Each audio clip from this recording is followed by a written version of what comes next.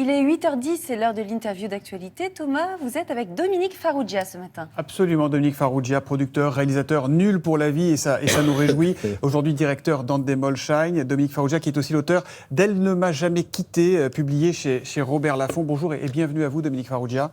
Bonjour. Un petit mot peut-être de l'endroit où on se trouve, parce que ce matin, on n'est pas installé comme d'habitude, à la table, comme d'habitude, parce que quand on est en fauteuil, la vérité, c'est qu'on ne peut pas vivre comme les autres. Ça veut dire quoi, être handicapé dans la France d'aujourd'hui ? C'est quand on est une personne touchée par le handicap, de fait, on devient un citoyen de seconde zone. Ouais. Puisque, voilà, là, vous avez eu la gentillesse de m'installer, on m'a porté, on m'a posé. Vous êtes un peu comme dans une boule à neige, c'est-à-dire qu'on vous secoue et on vous pose. Ouais. Vous ne pouvez pas prendre le train comme tout le monde parce qu'il faut prévenir à l'avance. Vous ne pouvez pas... voilà... partager les mêmes loisirs que les autres Parisiens, c'est impossible. Ouais. Vous écrivez dans votre livre « La charge mentale au quotidien est difficile. C'est un lot de maladresse, d'agression, d'épreuves. Je dois tout anticiper, appeler partout avant parce que non, même une petite marche, ça ne va pas aller. La marche, la porte, l'ascenseur, la rue, je fais comment ?» On imagine quand même qu'il y a des moments de colère, de désespoir. Comment on gère tout ça ? Ce bouquin-là, en l'occurrence, est un bouquin où j'avais envie... J'avais pas envie que de raconter ma vie. J'avais envie de raconter ma vie en tant qu'homme de médias qui a réussi à se frayer un passage avec sa sclérose en plaques. Depuis 4 ans, je suis dans un fauteuil parce que avant j'avais une petite autonomie et aujourd'hui je ne l'ai plus. Et je me rends compte que rien n'est fait dans nos villes pour qu'on puisse vivre. On nous parle beaucoup d'inclusion. Moi, je dis juste une chose, donnez-nous l'équité. Nous sommes des citoyens à part entière, nous payons nos impôts. En revanche, rien n'est fait pour nous. Donner un exemple simple, voilà, votre émission, vous la faites avec des fauteuils de bar, parce que c'est plus sympa pour la lumière, tout ça, donc quand on est handicapé et qu'on vient chez vous, on se débrouille à nous poser dessus, ou alors on fait, comme vous par exemple, très gentiment, vous m'installez dans un coin salon et tout va bien. On est en pleine semaine pour l'emploi des personnes handicapées, ça vous inspire quoi, ça, Dominique Farrugia ? Vous bossez ? Non, mais moi je bosse, mais c'est, je crois, 70% de la population handicapée qui est au chômage aujourd'hui. Et c'est pas en nous balançant des chiffres à la tête qu'on va mieux le faire. Je pense qu'on manque de carottes et on manque de bâtons pour pousser les entreprises à travailler avec des personnes en situation de handicap. Ce n'est pas parce qu'on est en situation de handicap que tout ne fonctionne plus. Pour un exemple simple, je travaille depuis une trentaine d'années, ça fait une trentaine d'années que j'ai cette maladie, et pour l'instant, je n'ai pas fait défaut. J'ai la chance de plus vraiment avoir mes jambes, mais j'ai ma tête. La tête fonctionne, oui. Ouais. Et là, vous en parlez de votre rapport au travail quand vous avez appris que vous aviez cette maladie dans le bouquin. Vous êtes en pleine marche triomphale avec les nuls, vous êtes à Canal et vous écrivez « Je le cache à mes employeurs, je ne veux pas arrêter mon métier, j'accomplis mon rêve et je ne veux pas être considéré comme un infirme ». Est-ce qu'il vous arrive aujourd'hui encore d'avoir le handicap honteux ? Parce que c'est de ça dont il s'agit. Alors, je n'ai plus le handicap honteux, mais je l'ai eu, surtout lorsqu'il était invisible. Ouais. C'est-à-dire que j'avais une autonomie de marche pas géniale, j'étais obligé de m'accrocher parce que je perdais l'équilibre et que j'avais des grosses crises de fatigue qui vont avec cette maladie chronique. Non, aujourd'hui, je l'ai plus. J'ai perdu... Non, voilà.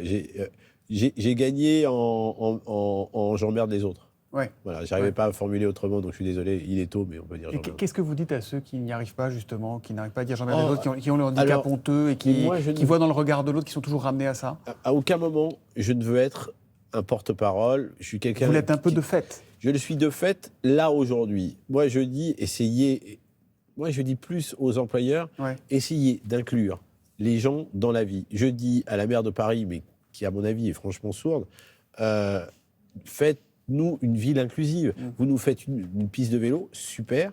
Je vais la prendre avec mon fauteuil roulant. Je voudrais pouvoir rouler dans Paris avec mon fauteuil roulant.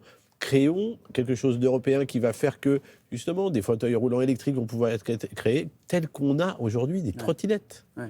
Il faut être, quand on est parisien, il faut être en bonne santé, avoir entre 30 et 40 ans, pas avoir de poussette, parce que c'est très chiant, et pas être vieux. Ouais. Voilà. Et juste sur le métro parisien, il y a 13 stations sur 303 qui sont accessibles. Oui, c'est pas la faute d'Hidalgo, c'est plus ancien que ça pour le coup. Il y a une ligne qui est totalement accessible, c'est la ligne 14, qui est toute neuve, donc elle va ramener les Paralympiques entre Saint-Denis et le centre de Paris, mais ils ne pourront pas aller ailleurs. Ouais, ouais. Il y a quelques jours, le gouvernement a lancé une grande campagne de com, la première depuis 2005, Oui. donc ça n'avait pas intéressé grand monde. Ils l'ont fait parce qu'ils se sont fait sonner les cloches. Ouais. Voyons les personnes avant le handicap, ça c'est le slogan. C'est bien, c'est joli, ça sonne bien, mais dans votre quotidien, est-ce que vous avez l'impression qu'on vous regarde avant de regarder votre handicap? Je parlais avec un copain handicapé hier qui se marrait de cette pub en disant « Elle aime le hard rock, mais comment je fais pour la ramener ?» C'est juste ça. Comment je fais pour ramener cette fille dont je ne vais pas savoir me servir? Ouais. Et je trouvais ça assez rigolo parce que c'était sa vision à lui. Encore une fois, Sophie Cluzel dira que ça a été créé avec des handicapés. Sophie n'est pas créée par des handicapés. Il y a si on veut poser un regard positif sur le handicap, trouvons-le. Mais c'est pas celui-là. Le mec regarde et voit son tatouage. C'est un peu naze. On a quand même l'impression que finalement le handicap c'est comme la banlieue, les politiques s'y intéressent 6 mois avant une élection importante. Qu'est-ce que vous dites vous aux candidats qui vont vous faire les yeux doux là dans les 6 mois qui viennent? Ils vont se dire c'est bien si Farrugia peut nous dire votez pour moi. Pour l'instant ils ne l'ont pas fait et moi je dis souvent Emmanuel Macron est allé à Marseille et a mis un plan en place qui va fonctionner. Il faudrait qu'il vienne à Paris maintenant. Une fois qu'il serait à Paris, il pourrait peut-être voir tous les problèmes. Et je pense que il n'y a pas que Paris en même temps. Hein. Mais rien qu'à Paris, on peut faire plein de choses. On peut créer des quartiers pilotes dans lesquels on va comprendre comment ça peut fonctionner. À partir de là, on peut étendre ça à la France. Ensuite, il y a la France périurbaine, dans laquelle il est très difficile de se déplacer. Il y a la France rurale, où là, c'est encore plus difficile. En fait, c'est pas le fauteuil qui vous désespère, c'est le trottoir qui n'accueille pas le fauteuil. C'est ça quand je vous écoute. Moi, c'est le trottoir qui... Tout me désespère. Tout me désespère. Pourquoi? Parce qu'aujourd'hui, nous ne sommes pas considérés. 8 millions de personnes touchées par le handicap, 12 millions de personnes touchées par le handicap, 8 millions d'aidants. Ça fait 20 millions de personnes concernées. 20 millions de personnes concernées. Sur 67 millions, c'est vrai que ça fait beaucoup. Je voudrais qu'on termine avec une image, celle de ce monsieur que vous allez revoir évidemment.